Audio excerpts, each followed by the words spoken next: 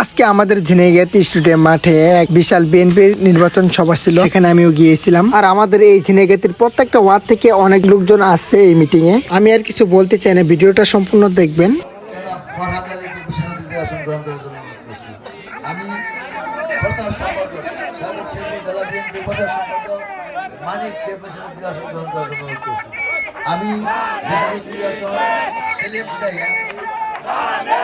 দপ্তর সম্পাদক সাবেক বিএনপি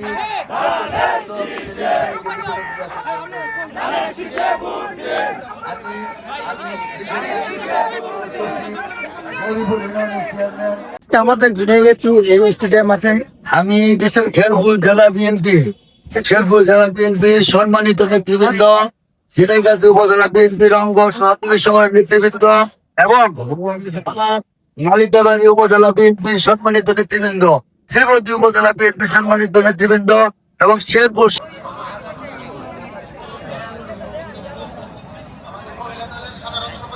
আমাদের ঝিনাইগাতি উপজেলা বিএনপির মহিলা দলের সাধারণ সম্পাদিকা জেসমিনকে ওনার আসন গ্রহণ করার অনুরোধ করছি এবং জেসমিনের নেতৃত্বে একটা বিশাল মিছিল আমাদের মাঝে অনুষ্ঠিত আসছে, তাদেরকে আমি করতালির মাধ্যমে অভিনন্দন জানাই।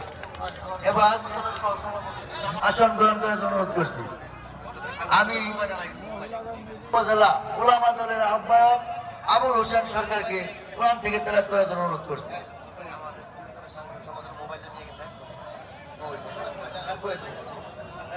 সম্মানিত উপস্থিতি, আমরা সকলের জ্ঞাতার্থে বলতে চাই, সকলের উদ্দেশ্যে বলতে চাই, যেহেতু আমাদের জনসমাবেশ, এখানে প্রত্যেকের মোবাইল মানিব্যাগ সকলে নিজ নিজ দায়িত্বে রাখবেন। আমরা চাই না কারো কোনো কিছু হারিয়ে যাক। আমরা আপনাদেরকে আবারও জানিয়ে দিচ্ছি, সকলের মানিব্যাগ মোবাইল সাবধানে রাখবেন। সম্মানিত উপস্থিতি,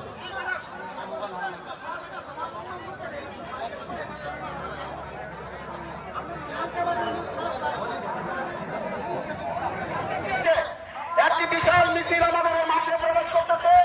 আমরা তাদেরকে করতালির মাধ্যমে বরণ করে নেই। আমরা লক্ষ্য করছি আমাদের বিএনপি অঙ্গ সহযোগী সংগঠনের এই যে সমস্ত নেতৃবৃন্দ সামনে রয়েছেন, বিশেষ করে পশ্চিমবঙ্গের চেয়ার ভাতা ওখানে অসংখ্য লোক দাঁড়িয়েছে। তোমাদেরকে চেয়ারে ভাতা শুধু বিশেষভাবে অনুরোধ জানাচ্ছি, ওইখানে লোকমানের চেয়ারে বসাও। ভাষার নেতৃবৃন্দকে সংগ্রামী অভিনন্দন, শুভেচ্ছা। প্রিয় বন্ধুগণ, বিশাল মিছিল আমাদের মাঝে উপস্থিত হয়েছে। আমরা তাদেরকে করতালির মাধ্যমে, সকলের করতালি দিয়ে আমরা তাদেরকে অভিনন্দন জানাচ্ছি।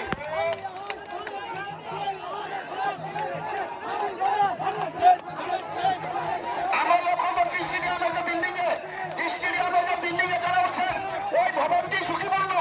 আমরা তোমাদের সকলকে সেখান থেকে নামার জন্য বিশেষ অনুরোধ জানাচ্ছি। ঝুঁকিপূর্ণ ভবন, ওখানে যারা উঠছেন আমরা লক্ষ্য করছি গ্যালারিতে বসছেন যারা, দয়া করে ভবন থেকে নামতে হবে। সেটা খুব ঝুঁকিপূর্ণ।